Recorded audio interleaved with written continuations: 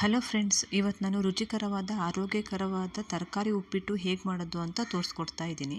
ಇದಕ್ಕೆ ಬೇಕಾದ ಸಾಮಗ್ರಿಗಳು: 1 ಸ್ಪೂನ್ ಕಡಲೆಬೇಳೆ, 1 ಸ್ಪೂನ್ ಉದ್ದಿನಬೇಳೆ, 1 ಸ್ಪೂನ್ ಸಾಸಿವೆ, 10 ಮೆಂತೆಕಾಳು, ಅರ್ಧ ಸ್ಪೂನ್ ಜೀರಿಗೆ, ರುಚಿಗೆ ತಕ್ಕಷ್ಟು ಉಪ್ಪು, 2 ಗ್ಲಾಸ್ ಹುರ್ಕೊಂಡಿರುವಂಥ ಬನ್ಸಿ ರವೆ, 3ರಿಂದ 4 ದೊಡ್ಡದಾದ ಈರುಳ್ಳಿ, ಬೀನ್ಸು, ತುರಿದಿರುವಂಥ ಕ್ಯಾರೆಟು, ಒಂದು 5ರಿಂದ 6 ಮೆಣಸಿನ್ಕಾಯಿ, ಕೊತ್ತಂಬರಿ ಸೊಪ್ಪು, ಕರಿಬೇವಿನ ಸೊಪ್ಪು ಮತ್ತು ಅರ್ಧದಷ್ಟು ನಿಂಬೆಹಣ್ಣು.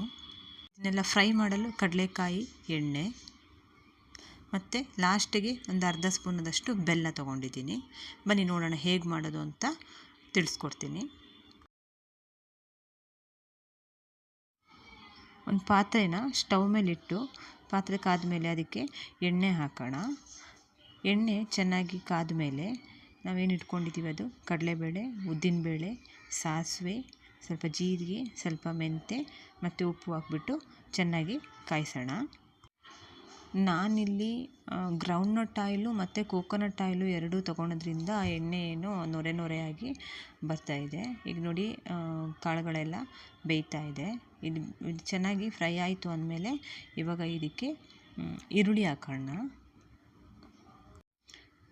ಈರುಳ್ಳಿ ಒಂದು ಸ್ವಲ್ಪ ಕಾಯಿತು ಅಂದಮೇಲೆ ಕರಿಬೇವಿನ ಸೊಪ್ಪು ಮತ್ತು ಹಚ್ಕೊಂಡಿರೋವಂಥ ಮೆಣಸಿನ್ಕಾಯಿನ ಹಾಕ್ಬಿಟ್ಟು ಸ್ವಲ್ಪ ಎಣ್ಣೆಲಿ ಚೆನ್ನಾಗಿ ಬಾಡಿಸೋಣ.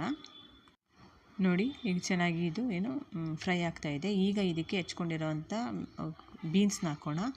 ಇದು ಚೆನ್ನಾಗಿ ಒಂದು ಸ್ವಲ್ಪ ಬಾಡಿದ ಮೇಲೆ ತುರಿದ್ಕೊಂಡಿರೋವಂಥ ಕ್ಯಾರೆಟ್ ಹಾಕೋಣ. ಈಗೆಲ್ಲ ಮಿಶ್ರಣ ಎಲ್ಲ ಚೆನ್ನಾಗಿ ಎಣ್ಣೆಲಿ ಫ್ರೈ ಆಗಲಿ. ಒಂದು 3/4% ಫ್ರೈ ಆಗಬೇಕು. ಫ್ರೈ ಆದಮೇಲೆ ಈಗ ನಾನು 2 ಗ್ಲಾಸ್ ಬನ್ಸಿ ರವೆಗೆ 6 ಗ್ಲಾಸಷ್ಟು ನೀರನ್ನ ಹಾಕ್ತಾಯಿದ್ದೀನಿ.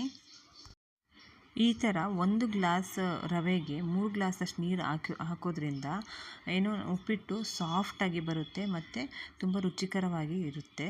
ಈಗ ನೀವು ಒಂದು ಸ್ವಲ್ಪ ಉಪ್ಪು ಟೇಸ್ಟ್ ನೋಡ್ಕೊಳ್ಳಿ, ಬೇಕು ಅಂದರೆ ಸ್ವಲ್ಪ ಆ್ಯಡ್ ಮಾಡ್ಕೊಳ್ಳಿ. ಈಗ ಕೊತ್ತಂಬರಿ ಸೊಪ್ಪು ಮತ್ತು ನಿಂಬೆಹಣ್ಣು ಇಟ್ಕೊಂಡಿದ್ದೀವಲ್ಲ ಅದನ್ನು ಹಾಕೋಣ. ಮತ್ತು ಲಾಸ್ಟಿಗೆ ಏನು ಬೆಲ್ಲ ಇಟ್ಕೊಂಡಿದ್ದೀವಿ ಅದನ್ನು ಹಾಕಿ ಟೇಸ್ಟ್ ತುಂಬ ಚೆನ್ನಾಗಿ ಬರುತ್ತೆ.